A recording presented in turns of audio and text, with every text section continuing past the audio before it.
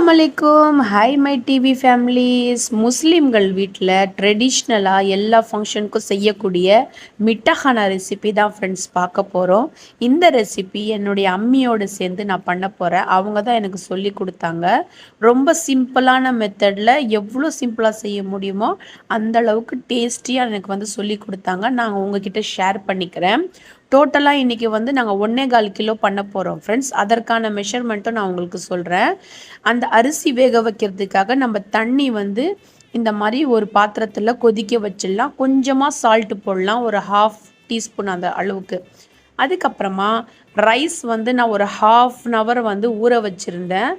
Basmati rice வந்து நான் 1.25 kilo இதில் வந்து வேகிறதுக்காக தண்ணி நல்லா கொதிச்சிட்ட பிறகு போட்டுக்கலாம் ஃப்ரெண்ட்ஸ்.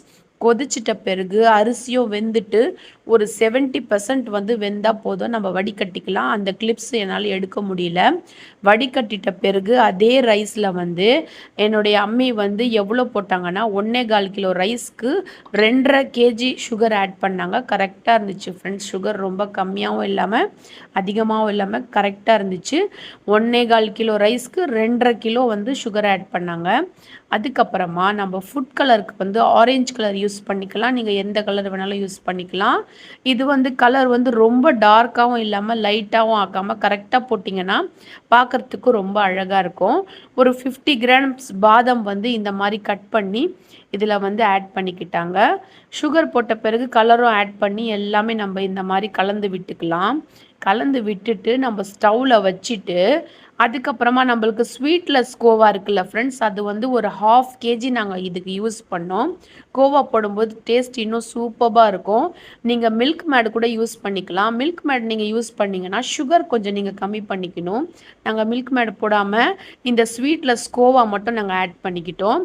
எல்லாமே போட்டு நம்ம ஸ்டவ்வில் வச்சுட்டு நல்லா நம்ம தளபுலன்னு கொதிக்க விட போகிறோம். அவ்வளோதான். இதில் பதம் வந்து அதிகமாக கிடையாது ஃப்ரெண்ட்ஸ். அந்த சுகர் நல்லா மெல்ட் ஆகி நல்லா ஜூஸியாக வந்தாலே போதும். அடுத்தது வந்து ஒரு பேனில் நம்ம தேவையான அளவு நிறைய கீ போட்டுக்கலாம். ஒரு 100 கிராம் அளவுக்கு நம்ம வந்து முந்திரி ஆட் பண்ணிக்கலாம். கேஷ்யூ ஆட் பண்ணிவிட்டு இதிலே நம்ம பட்டை லவங்கம் ஏலக்காவும் ஆட் பண்ணிக்கலாம். ஏலக்காய் கொஞ்சம் தூக்கலாகவே போட்டுக்குங்க. வேறு எந்த வந்து நட்ஸும் இதுக்கு வந்து தேவைப்படாது. இதுதான் நம்மளுக்கு வந்து அதிகமாக இதில் யூஸ் பண்ணுவோம். நல்லா ஃப்ரை பண்ணிவிட்டு அந்த கீயோடு சேர்த்து நம்ம கேஷ்யூவை இந்த ரைஸில் போட்டு நல்லா நம்ம கொதிக்க விட்டுடலாம். நல்லா கொஞ்சம் இலகுன மாதிரி தான் தெரியும். அதுக்கப்புறமா நம்மளுக்கு கெட்டியாயிடும். அவ்வளோதான் ஃப்ரெண்ட்ஸ், நம்மளுடைய மிட்டஹானா ரெடி ஆயிடுச்சு. அதுக்கப்புறமா கார்னிஷ்காக மேலே நம்ம கிர்னி விதை இருக்கும் இல்லையா, ஒயிட் கலரில், அது மட்டும் நம்ம மேலேயா இப்படி தூவி விட்டோன்னா சூப்பராக நம்மளுடைய மிட்டஹானா ரெடி